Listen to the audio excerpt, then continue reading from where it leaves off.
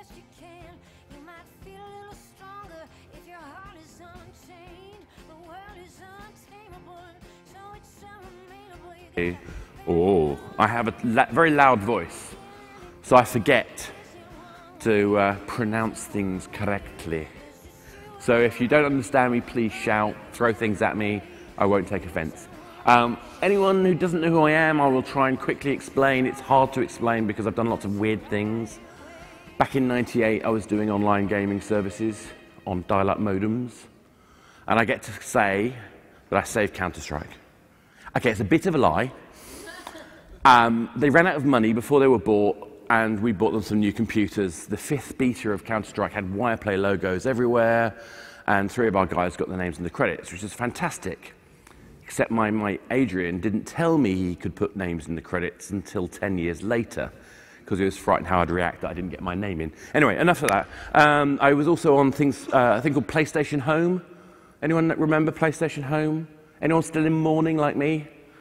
Yeah, exactly. I feel your pain, brother. You know, PlayStation Home was an amazing achievement, I think, and we missed all of the things we wanted to do. And I could bore you for days on why that happened and what happened there, and I won't. But what I think was also interesting, particularly if you combine it with the stuff I did when I was at 3, a mobile operator in the UK, I learned so much about what makes games as a services function. I learned about monetization, why it works with audiences in different contexts. So both on PC and on mobile and on console, how do these things work and the psychology behind that. I like to think I know a thing or two about it because I did do, well, we haven't had anyone disprove this yet. I'm still waiting for someone to tell me I'm wrong. We think we did the first ever mobile in-app purchase in 2003. We had a rent game model where you could buy the rent game, 3 days of play inside the game at the cost of 50 pence, and it was a complete disaster. Well, actually, that's not quite true. The reason it was hard is because we had 6K to take up our API, and we had a maximum size of a game of 26K jar. So for those of you who remember the horrible days of Java, that's basically not good. So we had no content, and therefore it was a struggle. We put lots of new buy games in, found this magical thing. When you put a rent game and a buy game for the same title, we got 3 times the revenue for that game. That's weird, isn't it? And only 20% of that extra revenue came from the rent. The mere fact of having these variable pricing models completely changed the way people spent money. And what I want to try and do is just talk through some of the lessons that I've learned from doing that, through doing social mobile content, and a whole bunch of other things that we've learned, including some of the psychology behind the way people spend money in games, and hopefully prove to you it's possible to create free-to-play games that aren't evil. Do we have anyone who thinks free-to-play games are evil in the room? Anyone? Ooh, I don't see your hands. That's good. That's good. So you're in the right room. I often in the UK we have this, particularly in the UK, but also throughout. I had to give a talk at a maze in Berlin. I was following a girl talking about how she used her first sexual experiences in game design. Another lady was doing a talk about how the British pornography laws influenced her game design. Really odd stuff, and I had to do the business talk. I had to say, here's how you make money. So I looked like that guy.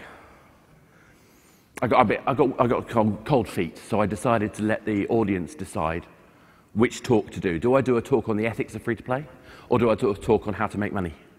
Guess which one they chose?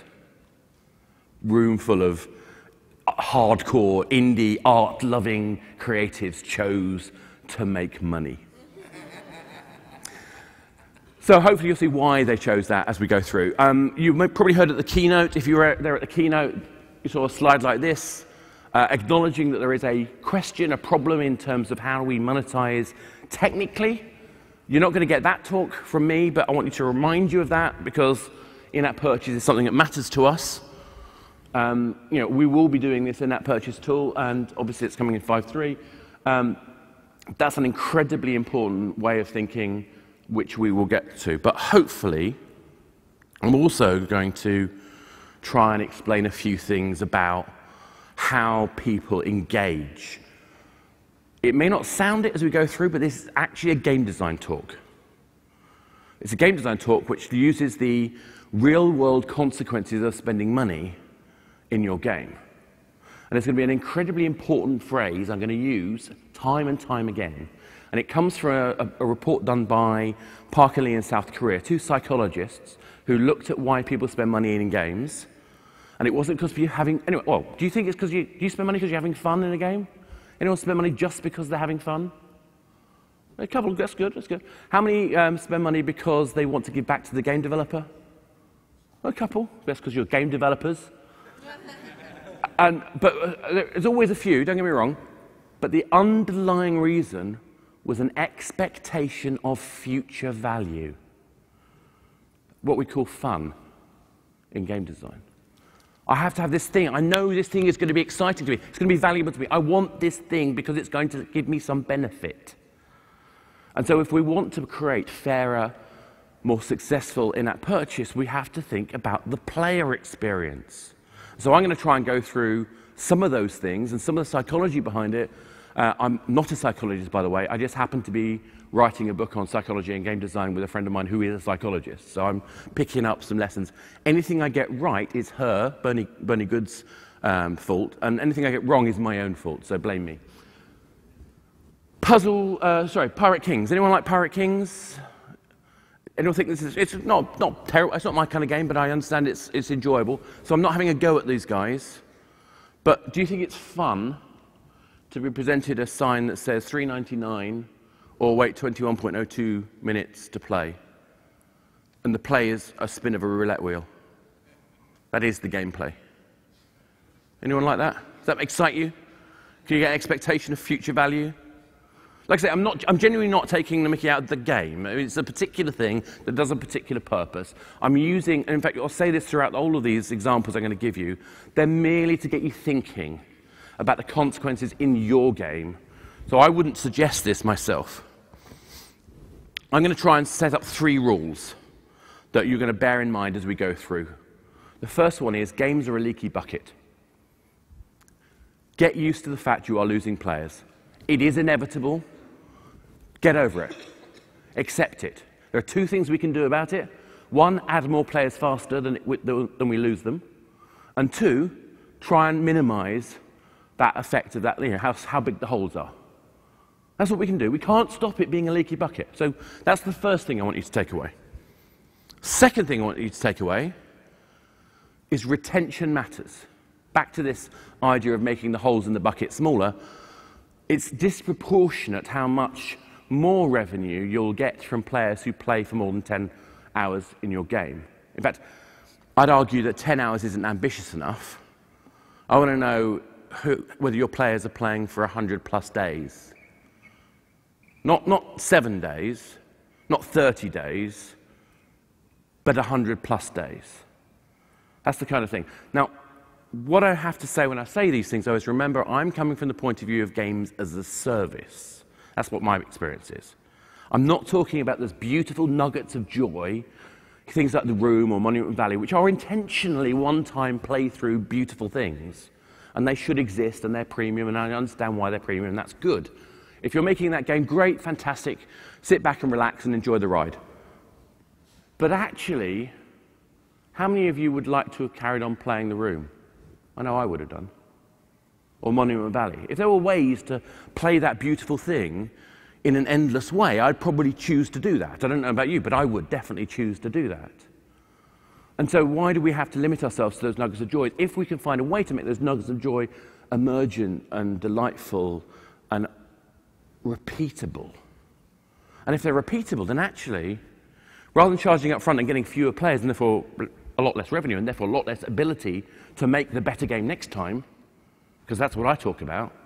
I'm not talking about the guys who are going to make billions of dollars. That's something I don't think anyone can teach you. Maybe sit and talk to Wilke for a few hours and you might get a sense of that, but I personally don't think you can learn that. I think that's a combination of luck and talent and execution. But what hopefully you can get from this is thinking about making a repeatable game that retains my interest. And therefore, I can get enough revenue on an ongoing basis to continue making great experiences in this game. That's what I want. So retention matters. Oh, actually, there's another stat PlayFab guys were talking about. I've not seen the original report. And by the way, this report was based on an online survey of 3,000 players. self-identified players. So don't trust anything I say, check the data for yourself. But PlayFab similarly had a report. They said that something like 60% of people who play for 10 hours or more spend. And I think about what that means. At the moment we hear something like 3% or maybe 1.5% of people paying in a game, because what we're comparing there is people who download a free thing that have no commitment for. We might as well be counting how many people look at a screen grab in an app store. I mean, seriously, they're the same thing, aren't they? I mean, if you look at paid games and you see the screen grabs, it's probably not a dissimilar number of people who actually then go and pay for it. But the whole thing about this free-to-play model, if it's done right, is I'm going to give you something valuable and delightful. And then in that world, I'm going to present you with opportunities for you to then invest further and get more delight as a result, if we do it right. So if you think about this idea of 60% of people who spend more than 10 hours start spending money, then we have to actually put the value in the free players. We have to start appreciating these guys who put their time into our experience and give them better experiences as a result. And if we start valuing players, then we have to start understanding what it is that the people who are going to spend will spend money on and why and how they'll do it twice or 3 times. Because if you've got someone who spends money once, you might as well have a paid game. Because you haven't done it well. You haven't delighted them. You haven't made them feel passionate about spending money in your game because it hasn't given them the value that they feel they should be getting. That's what I want you to do. I want you to create games that use tools that align with the way players engage and give them confidence that they can invest in their hobby, which is your game. If we haven't done that, we've failed. So, here is some sciencey bits. Well, I'm taking a bit of a liberty. This is some work done in the 1960s called Consumer Behavior as Risk. It was in the, actually I can't remember what the actual article is. It's probably in my notes, but I'm not going to read my notes. I'll look silly. Essentially what this is saying, if you haven't worked it out, is that people don't buy unless you solve these other forces. So if I don't know the social consequences of me buying a pair of trainers, I think I've got quite nice trainers, but if I bought really horrible looking trainers, or I thought my social group might not like my trainers, I probably wouldn't have bought these trainers. So the social consequence of what we buy is always a shadow, and we ignore it at our peril. Anyone think social game design is dead? Facebook killed it? You're wrong. We did it wrong. Sorry. But you get my drift. Did Zynga kill the social game? I don't think so. I think we went down a cul-de-sac and we will find other techniques because we've got to remember social consequences still exist. I will probably get into hand shot first later. Anyone believe that Han Solo shot first in the cantina? We'll explain that later. She knows what I'm going to say. We'll get to that later. Anyway, so we don't buy. Social issues is one of those things. Do we know what we're getting? Do we really know what we're getting? Have you set up an aspirational value associated with the thing that we're getting, whether it's the whole game or an in-app purchase?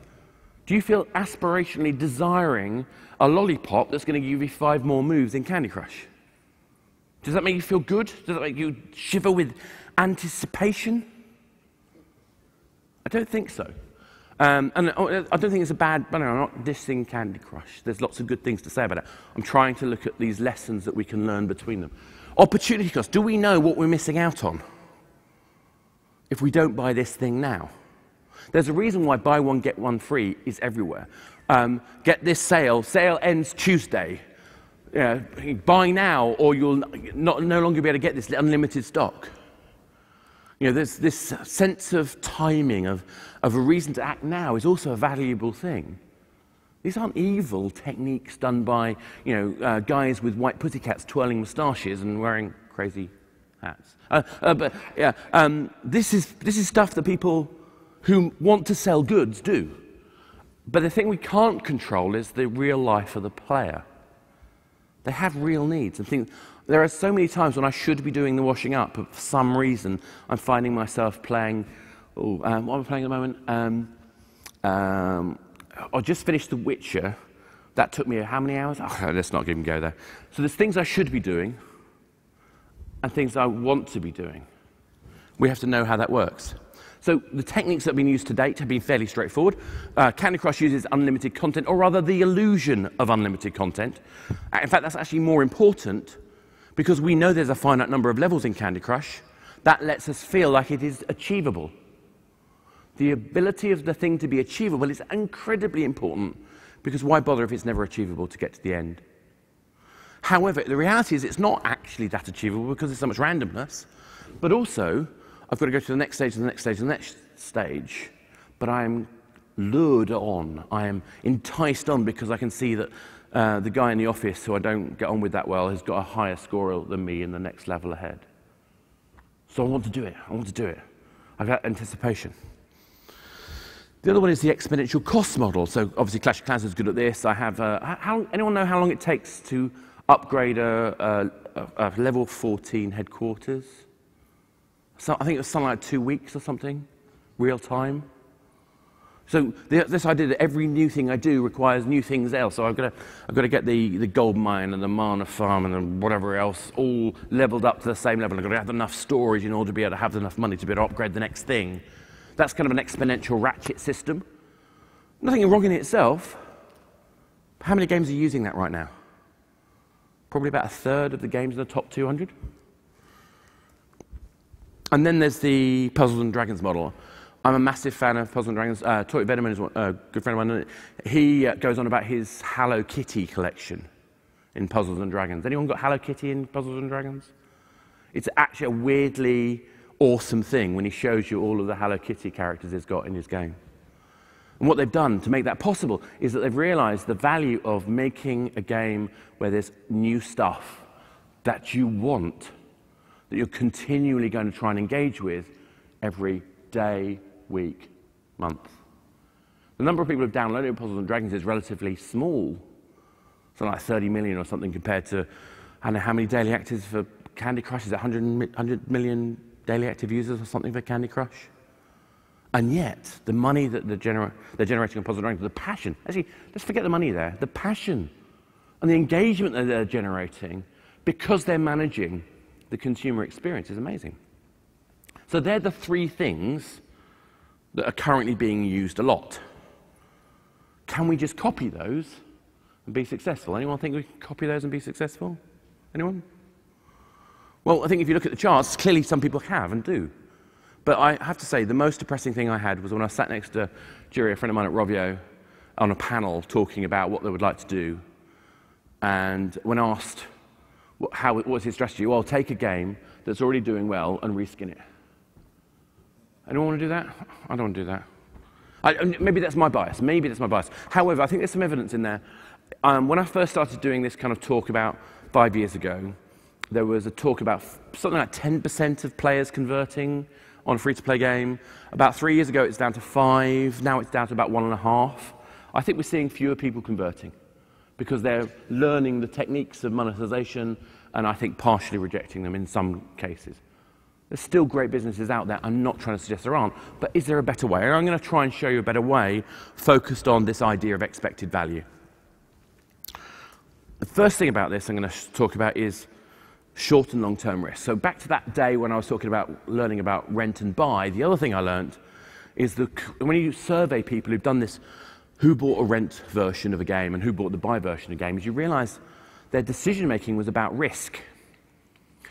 If you're going to see a game and you don't know whether you're going to like it or not, the idea of getting it at 50p but only being able to play it for 3 days is quite appealing because it's a lower cost risk. However, if I know I can buy the game outright for £5, yes, I was evil. I was evil as the operator. I also took 60% revenue share, but that's on the side. So if you could buy that for £5, then without ever having to risk having to rebuy it again, then I'll do that. Now, if you think about this, okay, so if I spend 50p and I get 3 days, if I spend £5 worth of 50p's, that's a month worth of play. How many games in the mobile Java era would you have played for more than a month? I mean, seriously, anyone? I mean, Tetris maybe? But that was about it. I mean, there were that many games. There were some really nice games.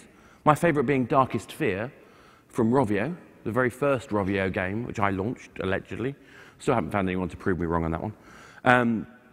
But these games were delicious, but they weren't games that we'd be playing for months and months and months and months and months and months and months. So why were people doing it? Because the awareness of that risk is important. It's about that opportunity cost we talked about earlier. In fact, so we've got this idea of never-ending spend is a barrier to players keeping playing your game. The idea of escalating costs is a barrier to people playing and spending more money over time in your game. Realizing there's an infinite supply of substitute games out there. Think about it. There's more games than I could... I'll correct that. There are more good games out there than I could possibly play, and you lot out here and me are trying to make games. Why?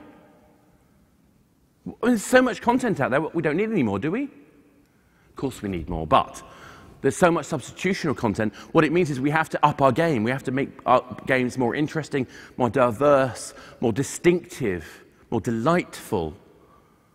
I think it's a great thing that we've got all that content out there because it makes us have to make our games better.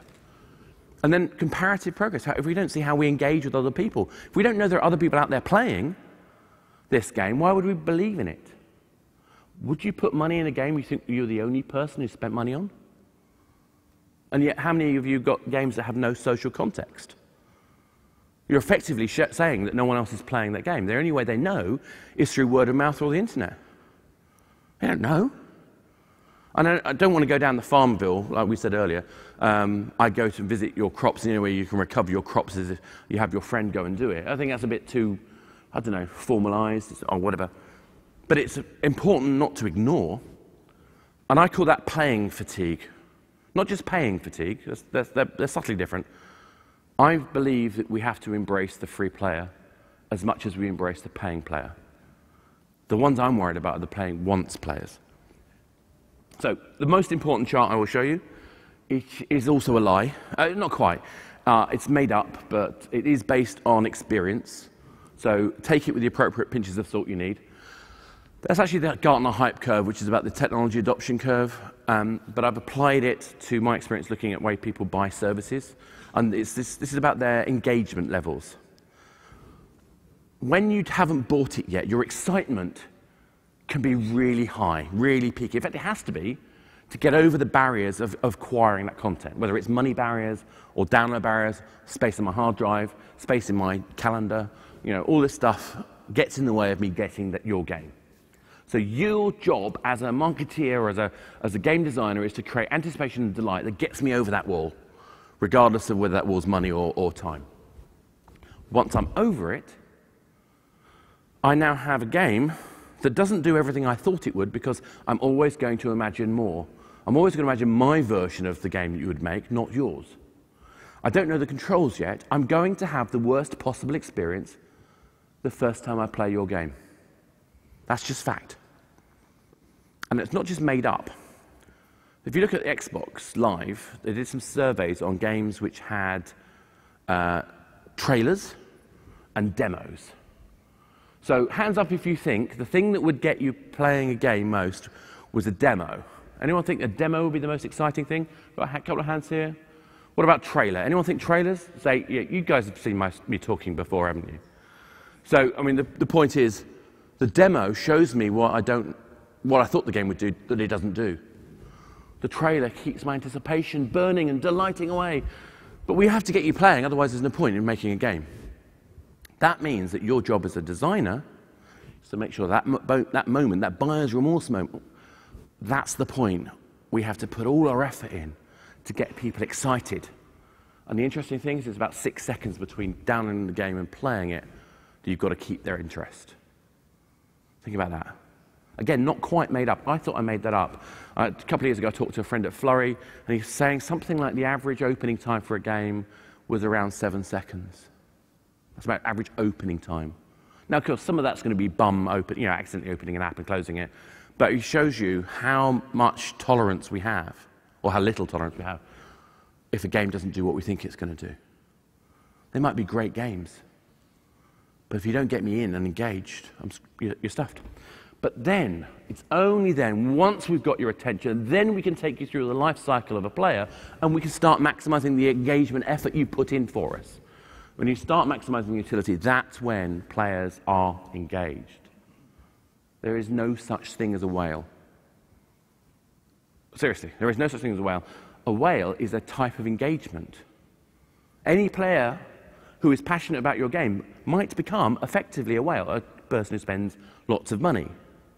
The trouble is, what's lots of money to me is not necessarily the same as lots of money to you. If you think about engagement, you start changing the language of how you design monetization, because you're starting to think about players playing your game and getting more out of playing your game. So that's the stuff we want to do. We want to create social capital. You know, look at me, I look great. My PlayStation Home gold suit. The guy in the back who remembered PlayStation Home may remember the gold suit. There were people who tried to arrange to be in the same home space, so everybody, all the 60 people, could be in this ridiculous gold suit with money coming out the pockets. It was the most expensive item we had on home. Why? Because I belonged, and this is where I'll do the hand shot first anecdote. So, for those of you who understand the hand shot first, we are the true fans of Star Wars. The rest of you are wrong. In fact, it's worse than that. You've been fooled by Lucas, who changed it, and he added a second laser bolt in the special edition, which came in 1998? Someone will correct me, 97, 98. So he put this extra thing in the special editions because he thought it'd be more child-friendly if Han... But if Han doesn't shoot first, he's not a capable, cold-blooded, thinker. He's not the guy who changes as he's engaging with Luke. Han is the guy who has no special skills. He has a blaster. He has a spaceship. And he comes in at the end, and without Han Solo, the Death Star would still be there. But the reality is, it only matters to us who care about it. To those of you who don't know the handshot verse and don't care, it's irrelevant, it's pointless, it's a stupid debate. But if you want social capital, you've got to realize it's these stupid debates which lock people in. That shared common law that we are passionate about is what drives social capital. It's a thing called social identity theory that I'm trying to badly describe here. I identify because I belong to those who understand that Han Solo is the most important character in Star Wars and is also the one who saves the day. And gets the girl, by the way. Did you notice that? Gets the girl. So here's the real hero. But for those of you who don't belong, we identify you as the others, the ones who are wrong. You don't even know that. You don't care. Why would you know that? It doesn't matter that you don't know that. What matters is we as those who belong feel that we're connected and belong. So social capital is an incredibly important thing, and it's part of the psychology of why we have languages, accents, styles of dress. When you see people with jeans down here, it's because they want to belong to that subculture. We see goths, you see D&D players, you kind of know where you're coming from. And all of these things are what we ought to do, because if we don't create this fear of missing out, this expectation of light, this social capital for every single item in the experience, players will not set aside the other things in their lives they should be doing. And that's really vital. So, let's have some examples of this. Anyone play Kim Kardashian? Seriously. Oh my God, if you want to know what it's like to give a sense of unfinished business, go play Kim Kardashian game. I spent quite a lot of money in it. I'm not the target audience, surprisingly enough. But when my ratings, my Twitter followers in the game started falling, I had to spend more money. And of course, you do a modeling thing. You have to do modeling, of course. Obviously, I'm a perfect model. I really like going and changing my makeup rather than going and sitting in front of the camera and doing the next pose. But it's a clicker game. But it's a clicker game which sets expectations. And a clicker game where you never have enough points in your rank of available actions to finish a session without either spending stars or coming back later. So you're always left with a sense of unfinished business. Now, I'm not suggesting you go make Kim Kardashian games. Really, I'm not. Honestly, I'm not doing that. Please don't. Just don't. But there is some interesting stuff to learn from these things. Another example would be something like a Vega conflict. Now, here I am.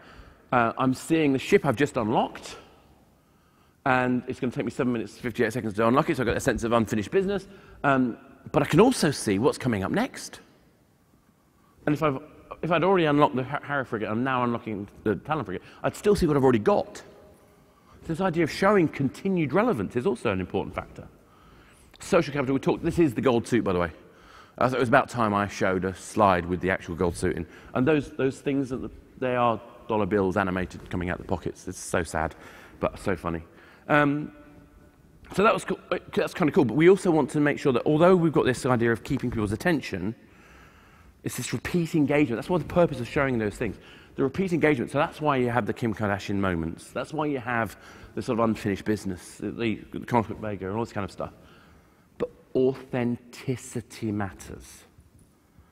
If you want to engage with an audience and you don't at least mirror that audience's passions, you're not going to get that continued repeat behavior. You do, though, also have this inertia thing. Inertia thing can work for you, but it's a bit of a dangerous thing because it can go against you as well. It means that good changes you'd want to make to the game can often end up being a problem for you if you actually break the expectations of your audience. So you have to be a bit careful about those things. And you have to be aware of the triggers to churn. So if you haven't got an audience that's engaging, if you're creating that playing fatigue we talked about earlier, if there is an opportunity cost, you're missing out. If players think they're missing out on other things because of what they're doing in your game, this is going to have a negative effect. But the real clincher is this real life. You know, I said we had a leaky bucket. It's that other things, those external needs, that are always going to get us in the end. So let's have a look at some structure. I've talked about a lot of things about the psychology, about how we engage with a game, and hopefully all that all makes sense. And obviously, you know, feel free to ask questions later.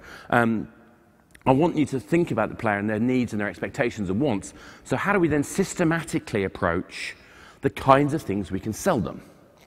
So I'm going to try and give you 4 brushes, if you like, 4 game design tools which are about in-app purchase. And then I'm going to show you 4 types and then how those forms and types work together. So the first type is a sustenance good. We kind of all know what this is, if instinctively, the health potion. We run out of health, we get a health potion, we can carry on. If we don't get the health potion, we can't carry on, can we? Energy in a game, number of moves, these are all things that without which we can't continue. So we all get that, yeah? So that's a sustenance good. The next one is a shortcut good. So if I get the better gun, I can kill the boss quicker. Therefore, I've shortcutted the process to get to that end goal of that game. Now, it doesn't have to be kill the boss, by the way.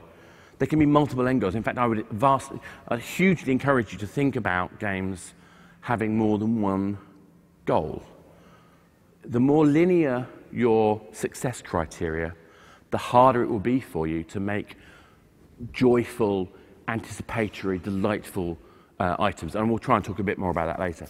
So think about what values you're giving. I think, actually, Rob Potter was up here earlier, and he mentioned something about something similar. You know, this idea of remembering the player has to be engaged and how you share with them, and what the variables are. They don't just have to be about hit points or strength. They can be about how much, what angle do they face onto your enemy, or how many guns do they have, or all this kind of thing.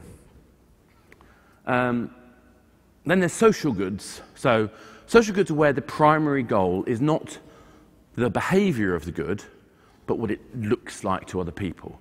Now, I've been taking a bit of a liberty with Angry Birds Fight, because technically these are kind of shortcut items. They're basically buffs for your character. However, when you see another opponent, normally people you don't know as it happens, but you see your opponent and they've got this wicked moustache, I do kind of want that moustache on my character. And that's the feeling I'm trying to get to when you think about social goods. If I see that thing, I want it. Why do I want that thing? Why do I want the gold suit? Why do I want the gold AK-47? You know, and I think that's kind of interesting. Then there's strategy goods. So we all know the Hearthstone and the Magic the Gathering. Each card introduces a new rule. Fantastic.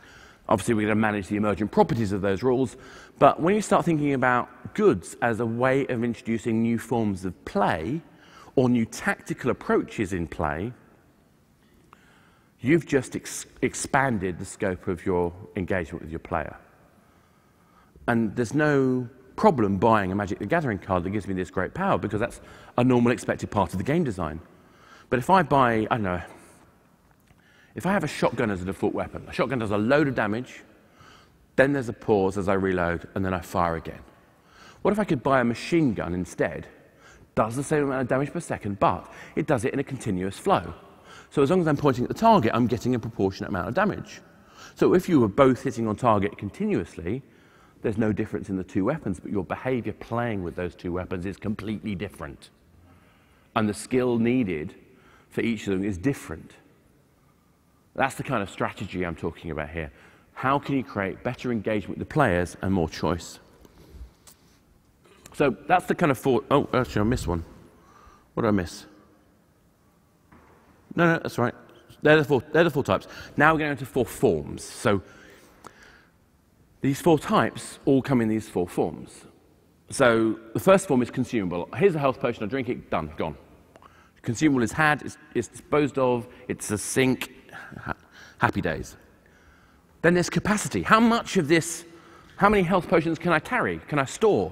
An example of this, though, is also things like your constitution in a role-playing game means how much health points you can have, and actually that's now more capacity for how much health potion I need, because I can store more health. So I need the health potions less often. So we don't have to think linearly, again, even in things like capacity. We can think about different ways of engaging. And then generator, my favorite type, and I'm taking a bit of a liberty with this game, because it's not quite right. We all know what this game is, I'm assuming. Anyone still playing Fallout Shelter? Anyone who's still on their same dungeon, completed all of the spaces? Yeah, I only have 186 inhabitants, but that's deliberate. I want to keep it going and only hit 200 when the actual game gets released. Don't ask me why. You see, we make our own games up, don't we? The point of a generator is that I'm going to get free consumables or free benefits, but only by coming back and collecting them. So let's take an alchemist. I hire an alchemist in my castle. He can produce for me 10 strength potions a day. But he's only got space to store 10 strength potions. So I come back in, take a strength potion, and he'll fill it up again. Take a strength potion, fill it up again. And I can do that 10 times a day. Fantastic, great. But if I don't come back tomorrow, I've missed out on 10 strength potions. So I've got to keep coming back in order to get the benefit of the thing I've just spent money on. Think about that. That's a type of form of good which actually benefits from players returning and returning and returning. So if you think about it as game design brushes, this is a really interesting one, because we have this consumable, which is a gateway, kind of get me in, and something I can give away very easily and be very generous with. I've got this capacity, which says how much I can hold of these things, and now I've got this form, which is about how often I release them, and why I have to come back to get more of them. So it can be quite intriguing. And then there's the permanent form. And my favorite example of the permanent form, oh, by the way, this is my spaceship in Tales of Honor. I was about to die, and I got really depressed, but that's another subject. But that's my ship. That's my ship. It's not yours, it's mine. So there's a sense of ownership with the permanent item. And also, that particular ship design I was waiting for, because it told me it was going to come up. And I was working, so I could get the new thing. And the point about the permanent good is they're things we aspire to, things that we want, we're looking forward to getting. But there's another weird consequence. Once we've got them, that anticipation's gone, because we already have it. It becomes part of a default game experience. So again, we've got to think of these forms as part of a game design palette. They have different specific values in terms of the way players engage with us. And so if you think about monetization as a game design tool, it changes the engagement with the players, and it changes the way that games feel. But not in a squeezing you and making you feel like your wallet's being tugged on, but in a way that makes the game feel better. Done properly, anyway. So I put this chart together, however you want to take it. This is my kind of thinking. just to give you a kind of sense of what this looks like if you start looking at it as a grid. So we have our fuel. Playing CSR racing, we have our fuel. We have a fuel tank. That's how much fuel we can hold. Well, we could always upgrade our fuel tank, can't we? So we can have a bigger fuel tank. I can have a generator. A petrol station gives me so much fuel every day. Fantastic. I can have a better car. Now, the thing about a better car is my better car needs more fuel to run. Now, I don't say that because I want to be cynical here, by the way. There has to be in-game authenticity to why that better car has to have fuel, or guess what happens? You haven't delivered delight, have you? In fact, if I've got a garage full of cars and you make better fuel part of that process, better cars having more fuel part of the process of that garage, you now made a strategic choice part of gameplay. I can choose to do the race with this great car, but it takes up more fuel than this not so great car. Both are valid choices, but the choice is the player's, not yours. You're not forcing them to squeeze money out of them. You're encouraging them to make choices which are beneficial and make the game more exciting. So other examples are things like the strength potion, the greater strength, the alchemist, and we've talked about some of that. But there's all sorts of numbers of different ways of doing it. But it doesn't end there. That's probably the most important thing to take away, by the way, if you think about it. But I'm going to try and make you think about a few other things that we can do, like bundling. Now, this is an opinion. I'd like to get a poll of it later, whether you think it's a good idea or not. Candy Crush. We talked about the lollipop that you get to give you 5 more moves. I don't buy that. However, if they sold them in bundles of 10 for 69p, I would be buying them. The reason I'd be buying them is because if I used it and I didn't complete the level, I wouldn't feel really annoyed because I'd have 9 more to use. And when I've used my lollipop and I've completed the level, I have to come back and carry on playing in order to use up the rest of the bundle. So I feel like I've got more value out of the experience, and that kind of sense of I've just been robbed would be gone from me. I mean, I'm not suggesting that's the feeling most people would have, but it's a feeling I personally have. Do you think that would be the same for you? Is this something that would change the way you think?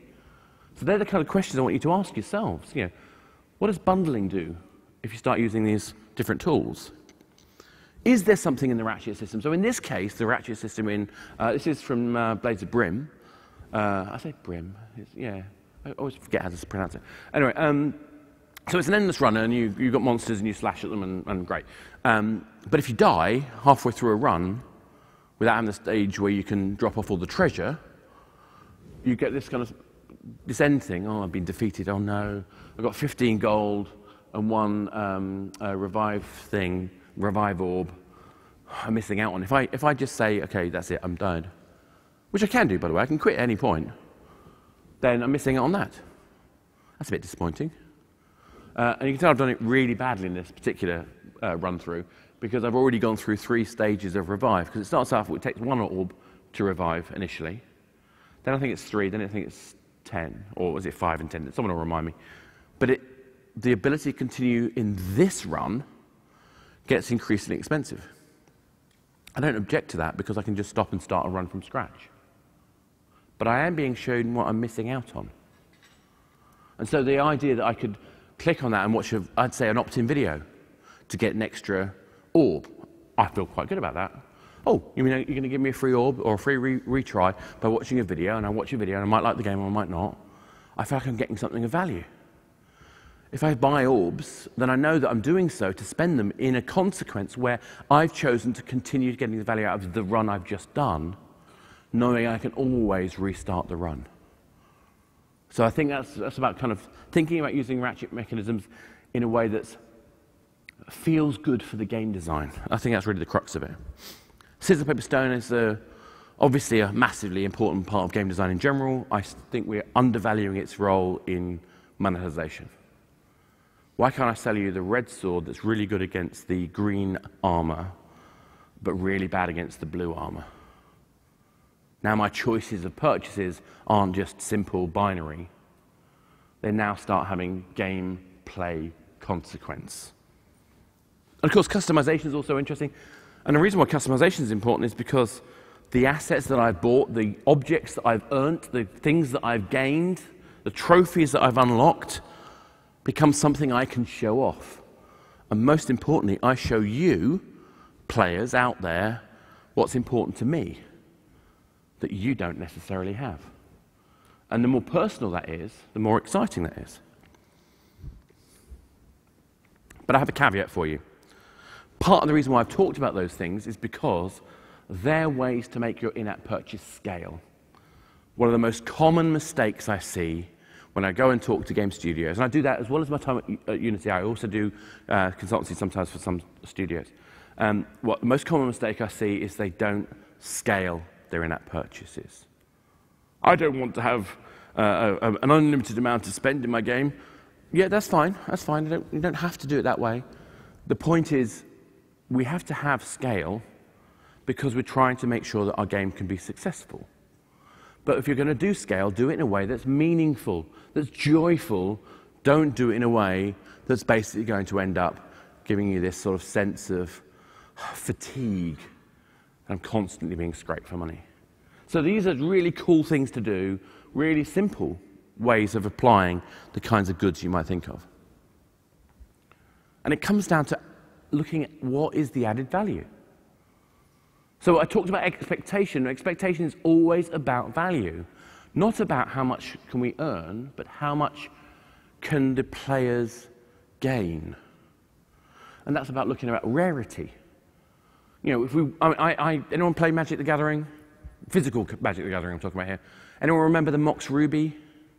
So I got the 3rd pack of Magic the Gathering sold in the UK. I had a Mox Ruby in it. I sold it at the time for £70, the one card for £70.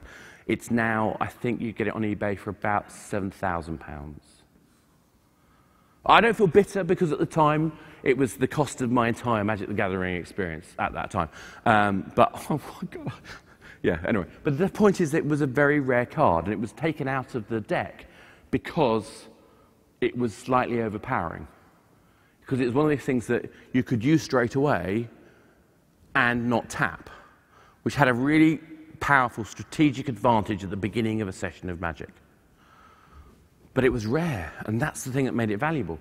Functionality can be good. So we might have a social good, but having good functions can be valuable. Is it aspirational? Why would I want it? Why would I desire? I want the Vorpal Blade. The Vorpal Blade lets me kill Jabberwockies. I want the Vorpal Blade because then I can do something you can't. And it goes sneakity snack. And that's cool. So it's from Alice in Wonderland, if you didn't know. I want things to be personal, that are mine. These are the things that help us add value. So when we're looking at this design brush, we've got to remember these are part of that process. In-app purchases aren't just things we chuck up and hope. They have to be something we engage with. Think about how we can get help from a friend. If I lend you my big-ass gun, that's cool. Particularly because you know you can't use it without me giving it to you. That's kind of nice. So any benefit you get from killing bosses because you've used my big-ass gun, I get some credit for. Even if it's only emotional credit. Things like having a free one-time use of something can be really powerful. Being generous as a game developer pays dividends because we're not after converting people to pay once. We want to keep them playing and paying, and the more they play, the more likely they are to engage with us and spend money. This is my personal favorite. Sorry, hands up if you have not played Crossy Roads. So if you've not played Crossy Roads, okay, go and download it now. Forget this talk. Go play. Seriously, go play Crossy Roads. The reason is this: the emo goose. Anyone got the emo goose? I seem to be alone on that one. Oh no, there's a hand up there. So you know what I'm talking about.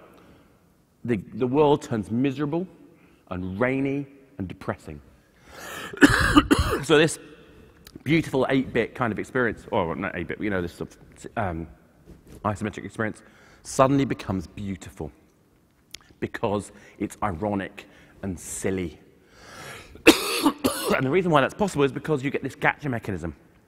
When you play the game, you get coins. You get coins. The coins can be used in the gacha mechanism. You get a random character. The random character includes things like the emo goose, or my favorite, the other favorite, celebrity. The celebrity is a sort of Dolly Bird kind of character. And as she walks along, she gets the paparazzi taking photos of her. Fantastic. Best bit is when she hits a car, puff of money. Love that. So every moment that you get from these characters is a moment of absolute joy. And its joy doesn't fade as much as you might think it might. But there are so many characters. And when you get allocated them randomly, you know that each one is going to make you want the next one more. Think about that. So getting this free stuff makes me want the other stuff more. And then I see Frankenstein. I buy Frankenstein because it makes it go black and white with yellow lightning. How amazing is that? So, I mean, seriously, go look at Crossy Roads. You'll learn a huge amount. Thank you, Annie. Much appreciated. My cough is getting better of me at this moment, so I need a touch of water.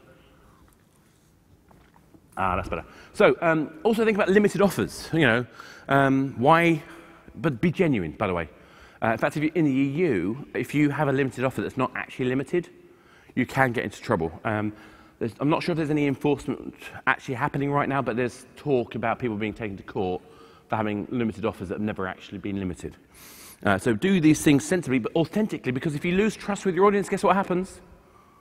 They leave you. You know, that's the whole point here. Anyway, and also look at the unboxing process. When you get these goods, when you go and spend money, or you spend time, or effort, or engagement, or rewards, make it beautiful. Anyone played Compass Point West? Fantastic box opening. You get your troops through these decks, and you unlock it, and it's a fantastic. You almost feel the cards being, you know, the card boxes being opened and peeled out. It's lovely. Really interesting thing about it, though, is I can spend in-game currency to guarantee a better uplift, or I can spend diamonds, which is premium currency, to get a super uplift. There's no kind of, it's pretty sort of straightforward stuff, it's pretty uncomplicated stuff, but it makes you feel really good. It doesn't leave you feeling with a bad taste in your mouth. This may not be a landmark item, but if I wanted to make sure I had a Hyundai car, make that feel special. Make it clear that I've unlocked this stage by making that purchase, and I've got access to all this new stuff because I've taken the time to engage with your game, whether it's for real money or not. Show me what I bought. Make me feel the investments I've made in your game were worthwhile, and they give me a sense of purpose and progression. We don't want to be hiding that you've spent money. What we're afraid of. We want to show you how great it was that you put this investment into this game. That's vital stuff. And give me a reason to come back. I said earlier on the slide with the curves was the most important one. This might be the most important one. Why should I come back and spend again? If I have to get you to ask any question of yourself when you're making a game and you're going to have in-app purchase, for every in-app purchase, ask why you'd do it twice, 3 times, 5 times, 20 times. Why would that be fun? Why would you be excited to do that again? How does it affect the purchase of others? How does it increase the scope of play? Show me what I did and why it was good. Give me a reason to return. That's what we should be asking ourselves. Of course, we're going to have a business brain and we're going to try and work out what our expected returns are going to be. Of course, we should do that, but that's not the game design function. The game design responsibility here is to make sure that when someone spends money in your game, it's the best thing they could have done, and that other people think that was a good thing too. How many people in the room think there's such a thing as pay to win? Hands up if you think pay to win exists. You're wrong. It's called a broken game.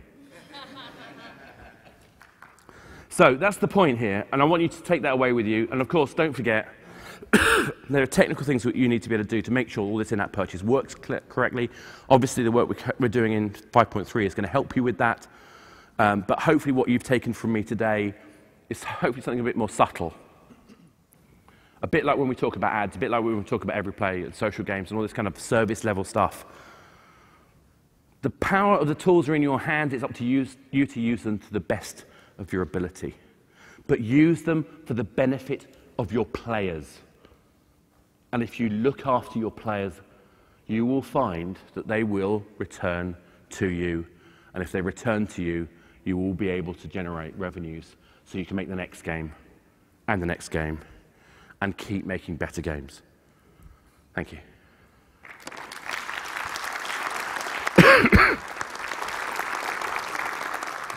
I just realised I've still got the Unity ads sign. I was supposed to put the blog link. Anyway, what happens when you forget to check your last slide? So there is a blog post on this, by the way. If you look on the Unity blog, I forget what it's called exactly, but it's something to do with in-app purchase, and look up Oscar Clark. There is a video to the webinar I did on the subject. I do fairly regular webinars. I'll be delighted to take questions on any subject. So yeah, please go on. Hi. Do you see any kind of distinguished design features that one would need for core games or core competitive games versus, more casual games? I think fundamentally there's not that much difference in terms of the structural pieces. I mean, if you look at the stuff I was talking about, I think you could actually identify a hardcore version versus a mid-core version versus a casual version of those techniques, and that was deliberate. But of course, the flavour that you realise them is always got to be specific to the audience. And I think to do that, you've got to understand. So one thing I don't yet understand, I'll give you an example that so back in the day when we were doing Wireplay, we had a thing called Weapon of Choice. Weapon of Choice. It was a mod for Quake. Weapon of Choice was a mod where if you died, if I killed you, I couldn't use a rocket launcher anymore. You could, but I couldn't. If I killed you again before you killed me, I lost the lightning gun all the way down to eventually I had an axe. So it ended up with a game where you could actually have more balance. You have more people who had different skill levels playing with each other and having a hell of a lot of fun. What I don't understand is why we aren't monetizing that. So I think if I had Call of Duty, I would sell you a loincloth and a wooden stick with a neon arrow pointing at you. Because if you could do that, if you could play Call of Duty in a loincloth with a wooden stick and an arrow pointing at you, you must be the most badass player on the planet. How much would you be willing to pay to show that you were the most most capable badass player on the planet? And that's kind of, does that make sense in terms of context? Yes, yeah, thank you. I was saying it's about thinking slightly differently, but always thinking about who the player is and what they were after in your game. Does that make sense? Yes, thank you. Cool. I have a follow-up question. Go for it, yeah. Do you feel it's okay to have items which are pay only, as opposed to, they're not earnable in-game in any other fashion? Absolutely, but you have to be able to communicate that well. So I'm currently working on hopefully sign the investment agreement in a couple of weeks' time for a game based on the Rocky Horror Show. In that context, having premium outfits is perfectly appropriate. Right. Because you aspire to having those premium outfits. Is a premium tank in World of Tanks a good or a bad thing? I think it's okay. But when you do it, doing it in this non-linear way is important. So if you buy a tank that's always the best tank, in every way, that's no good. Right. But if it's got better armor and better guns, but slightly slower speed, and a vulnerability spot at the ring where the turret meets, brilliant, because now you're in character. You're actually, utilizing something that's innate in the game lore, and you're making it so you've got this better tank. And of course, it's a better tank and it's prestigious, but there are ways of beating it that are legitimate. Right. And you, as a player who spent money on it, won't feel cheated because you were beaten, because that exploit was clearly communicated. Does that make sense? Yes, it does. So it's all about emotions and about being true to the experience of the game. Okay. Thanks very much. Cool, pleasure. I think you were first one, the back there. So you talked briefly about ads and ad revenue through either rewarded video or something like interstitials, and yes. I wanted to ask, where does that fit into the model, and how do you And it's something I try to talk, and I think in the webinar I talked about this a bit more, and I keep forgetting to do it because I always forget. I always walk away from my notes. Terribly sad of me.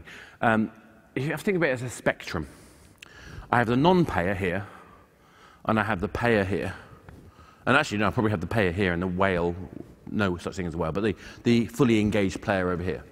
So if you think of it as a spectrum of how much we've engaged this person and their willingness to part with their money or their time, then you can see this is like a line of how engaged they are. So from here, we haven't got very much to engage you apart from how much we can tantalize you and delight you. Well, if you get to that point and you see, well, I could actually get this bonus, this temporary bonus, or this coin that I can exchange for something valuable. It's a way of a gateway way of getting that player to feel that they're part of the commercial proposition of the game. You get to show them and tease them and offer them something of genuine value, but proportionate to the time, that 15, 20 seconds they're spending watching that video. What we've actually found is something like 2 cents is about the equivalent value you typically would give someone in an opt-in video, but that can vary over where they are in the life cycle. If you think about it, a health potion at the beginning of a game might be more valuable to the player than the one at the end of the game. That makes sense. So we think about what the proportionate value is for the player, and you can make it so this feels really good. Opt-in videos are brilliant. So the reason and there's another blog post on using ads, by the way, so feel free to go look at that. If you think about when we look at an ad, if I have a banner or an interstitial, they're all basically designed to block me from proceeding. An opt-in ad isn't. An opt-in ad is saying, oh, by the way, you can continue. We just want you to watch this 20-second ad before you can do that continuing. So it's not blocking you, it's an option to do. It's an extra way to navigate the game rather than being something that stops you in your tracks. So I personally think this part, because it's opt-in, you can start dealing with it as an anticipation. In fact, you actually have to build anticipation for people to do it. So again, if you think about it as a journey, as a flow, you can see how this is, oh, here's a new player, here's them engaged, here's an opportunity to use an ad, here's a taste of what that ad then gives you, which could be something we could spend money on, and if I've done it right, like in Crossy Roads, it makes me want to the new extra shiny stuff too, and that new extra shiny stuff is so good and makes the gameplay so much better that I can actually want to do it again. So for me, it's part of the spectrum. Does that answer the question? Yeah, yes it does. Thank you. Fantastic, cool. Go for it. Thank you for the talk, first of all. Yeah, my question has to do with stuff you touched on about psychological, social stuff. So when designing a game and making choices like sessioning or the unfinished problems or even when to present certain paywalls, should we make it take into consideration the different behaviors of people, like right-brained, left-brained? Like for example, for sessioning, like one type of person would convert right there, one other type of person will uninstall the game. Yeah, and I think we're in an interesting stage at the moment where we can start using analytics in a very clever way. In fact, I'm trying to write a premise for a webinar about use of analytics in game design. And I haven't quite worked out where I want to do with it yet, because there's some... So first thing is, analytics is essential and critical to understanding what's going on. I remember having a big fight when I was at PlayStation Home to get analytics in, because no one believed me it was worthwhile doing. By the time I did it, they were all converted, and then they told me I did it wrong, but long story for another time. But there's also this gaping hole, because you've got the analytics of the people who keep playing, but you don't have the analytics of the people who've stopped playing. Right. So you've got to be careful. There's also a problem, which is a lot of people talk about left brain, right brain, or they talk about Bartle's types, and I love Richard, he's a good friend of mine, but I'm not sure the Bartle types, in fact, he's done this talk himself. He's not convinced the Bartle types are as convertible as we're using them. And there's a lot of psychology research going on at the moment. In fact, my co-author for the next book is actually doing some work on this as well, where we're starting to look differently. So instead of looking at people's behavior in a game as a basis for segmenting them, can we look at underlying psychological behaviors and apply that to how they'll exhibit in gameplay? That work isn't finished. So I'd say right now it's dangerous to assume too much, but it's incredibly valuable to use data, provided you're only using that data to see what people did do, not what they will do. So we're still in a stage where game design is an instinctual element, but we can use evidence to inform that. And the more we can do that, so we can have inherent properties where people of different behavior types can use different paths, the better. In fact, that goes back to that scissors, paper, stone thing. If you think about it, if we have this non-linear goal, we actually mitigate a lot of the problems that we have in games, because I think something like 10% of the population are driven by competition in the same way as, you know, like they are in gambling. The desire to be the winner is actually only a small proportion of the human species.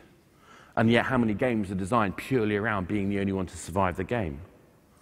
So I think if you turn that on its head and you design a game to be fun when you're bad as well as being good, so I'm going to use the best example. I think a game that we underestimate in so many ways, but that actually proves something really fundamentally interesting, is SingStar. SingStar is a brilliant model for game design because being rubbish is more fun than being good. And I think we're missing out this massive potential of engaging people longer by realizing the limitations and not expecting everybody to be as good as the designer who plays the game. And I end up calling it designer bullshit sometimes when you have a game where you basically have to be better than the person who made it in order to get past the level. Does that make sense? I'm not sure if it quite answers the question, but hopefully it hints at what you're after. It's like a new area, so so you basically do not advise in like going blindly and like assigning like different experiences for different people based on experiment. Right now, at least. I mean, basically, I think really I think it's risky, is what I'm saying. Yeah. You can do it, but what you end up doing is potentially creating silos. And actually, game design is complicated enough. And I think, you know, one of the things I'm learning, and particularly now I'm doing more of it myself rather than observing lots of other games, I'm having to cut and cut and cut and cut and cut and try and work out what is the core riveting thing that's applicable to the most number of people. But within that, providing there's emergent elements where if it turns out that somebody particularly likes you know, doing special moves on a dance game, that they can specialize in that and get benefit. Does that make sense? Right. So it's a case of make sure the core is simple, but don't leave, you know, always leave ends that you can then expand upon. And this is the joy. This is why games as a service is so more powerful. Because if you create a good game and you get an audience, you don't have to deliver all of the features. Because in fact, you want to deliver new features over time. It's part of the engagement with the game. And by understanding how people respond to those features and testing it, and of course A/B testing is brilliant, but if I understood you correctly, it wasn't just A/B testing you're talking about, it was actually having A and B both existing in the gameplay. In the same time. Yeah, which is brilliant, and I aspire to that, but don't do it from day one. Do it 6 months, 9 months, 12 months in, and do it as an emergent experience based on what you actually know people actually do. And as much as I love playtesting, and you should all playtest, as much as I love research, and we should all research, you know, no game survives contact with the enemy, the players. Sorry, I don't mean they're not the enemy. But you know, it's, you know, I mean, they will destroy your game though, inevitably. You know, I've been through PlayStation Home. I remember that. Do anyone remember the early days of PlayStation Home, where basically the only thing you could do was to rub up against walls so you could appear in midair? That was the gameplay. Seriously, that was the gameplay. That's all we had. Well, on day one, lots of reasons why. But that's the point. They found the gameplay. Trust them. And then your properties will turn out. So it's those nodules that then let them find that extra experiences, I think. But, you know, every designer is going to have their own story on that, I suspect. Cool. Another one? Thank you. Cheers, man. Yes. What's your opinion on collectibles, and what monetization tips will you give to make it successful? Collectibles is amazing, but you have to have an emotional connection with that collectible. So if you have a whole bunch of things which are collectible for no apparent reason, then no one cares. So you've got to always ask. In fact, one of the things I was always taught in my training was, so what? You have to ask yourself, so what? So if you have a collectible, you know, a series of items that are collectible, why would anyone really want to collect that in this context? And if you can answer that, not just once, but about 6 times, you have to ask a question, I want to have a Pokemon because, well, Pokemon's cute. So what? Well, that cute thing is great because it's something I can show off that I gained and I immersed with and I had something, a relationship with. Okay, fine. So what? Well, because then I want to have an experience where I've got this unique ability that then I can show off to other people and engage with them in a social context.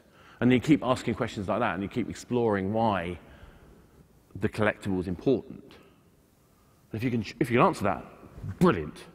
But how many games have you played where someone's got these collectibles and you don't really care? And if you don't really care, then why would you do it? So I think the kind of things that can help you care is by foreshadowing that these things are coming, by showing what those values will be once you've got them, and to make it so it's clear the pathway to obtain them is achievable. And that you do this repeatedly. That it's not just once, it's a predictable thing. Every month on this date, every month on this date, every month on this date, this happens, this happens, this happens, this happens. And that predictability, I often call it predictable uncertainty. You know what's coming, you don't know what exactly that thing that's coming will be. But you know it's coming. I think that's what the core of making collectibles, in fact, a lot of this in-app purchase is about. The more frequently you can update and release in a predictable way that creates anticipation and delight, it works. And the reason I say that is not random luck again. So back in the old mobile days, we had this model where I'd release the game at £6. 6 weeks later exactly, we would re-release it at £3. 6 weeks later exactly, we would release it at £1. 1 week later, we'd remove it from the deck. We got X amount of money from the game at £6. 6 weeks later, we got the same X amount of money from that game. 3 weeks later, we got the same amount of money from that game. So I basically got 3 times the revenue just by changing the price in a predictable way. But better yet, the guys who started spending at £1, something like 10% of them each time bought at £3. And then when the next period came along, 10% of those started buying at the full price. And what we saw is this transition where not only were we getting this extra hit, we were actually upselling all of our audience. Because the decision wasn't, was I going to buy this game at £1 or not? It was, if I pay £2 extra, I can get it 6 weeks earlier. So that was the buying decision, not do I buy it or not. Do I spend more money to get it earlier? Now, I'm not saying you could do that model here nowadays because things have moved on, but the logic behind what that's going on there, because it was a predictable, deliverable, guaranteed behavior they could trust, it inspired them to continue to engage more regularly. And if you're going to make a collectible system work, that's the kind of logic I think you need to have. Does that help? Yes. Thank you. Cool. Pleasure. Any more for any more? I think we're done. Sounds like lunch is calling. I hope that was useful. Hope you enjoyed it. I'm happy to talk about anything else. Thank you very much.